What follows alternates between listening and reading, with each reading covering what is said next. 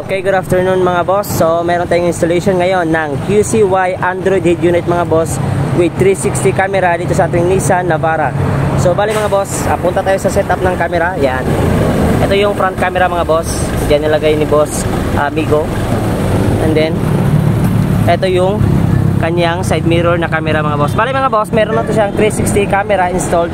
Pero nagpalagay pa rin si bossing ng 360 namin kasi recording yung sa amin na 360. Ito hindi siya recording. So punta tayo sa back. Yan mga boss, yung camera andun sa pinakailalim. So sa ibabaw ng plate number, yung sa reverse camera. And then dito sa right side na camera mga boss. Yan. So same pa rin mga boss, ito meron pa rin siyang 360 camera. Yan. So punta tayo sa loob mga boss, sa ating Android unit. Yan.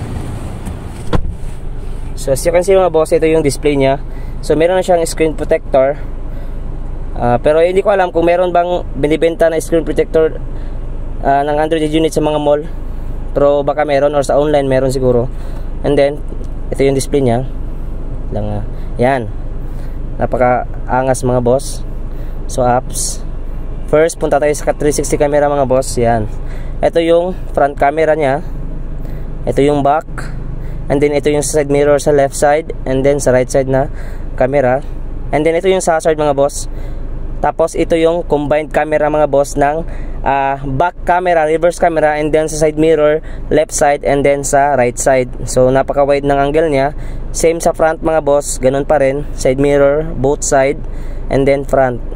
So yung features nito mga boss, for example, nag signal light tayo mga boss sa right side, sa left side muna.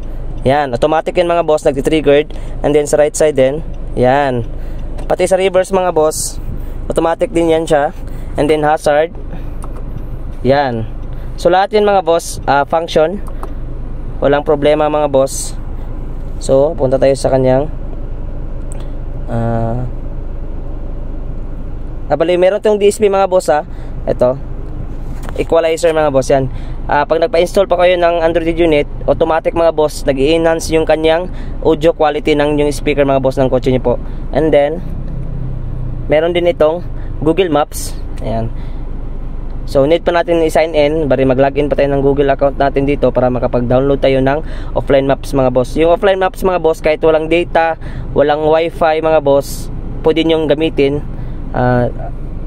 nang walang connection mga boss.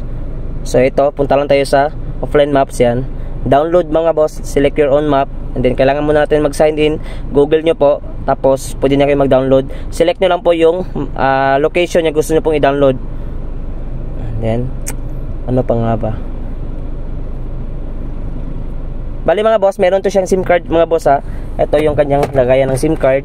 And then dalawang USB slot. Bali yung USB slot mga boss, kahit ilang gig yung ilagay nyo pwede. And then ito yung SIM card slot nya. Yan. Any SIM pwede mga boss. Dalawa yan mga boss Bali yung isa for recording nya. And then yung isa for entertainment, mga music nyo po or mga videos nyo na mga movies. Yan, pwede po yung mag-install dito. Pero separate nyo lang po yung sa recording nya. Yan. Dalawa kasi yan. So yun lang mga boss. For more information mga boss, just visit our shop, Andres Auto Accessories mga boss, Pagadian Branch, located at Shell Station, Purok, Bahada Dao, Pagadian City. Yun lang po. God bless. Peace.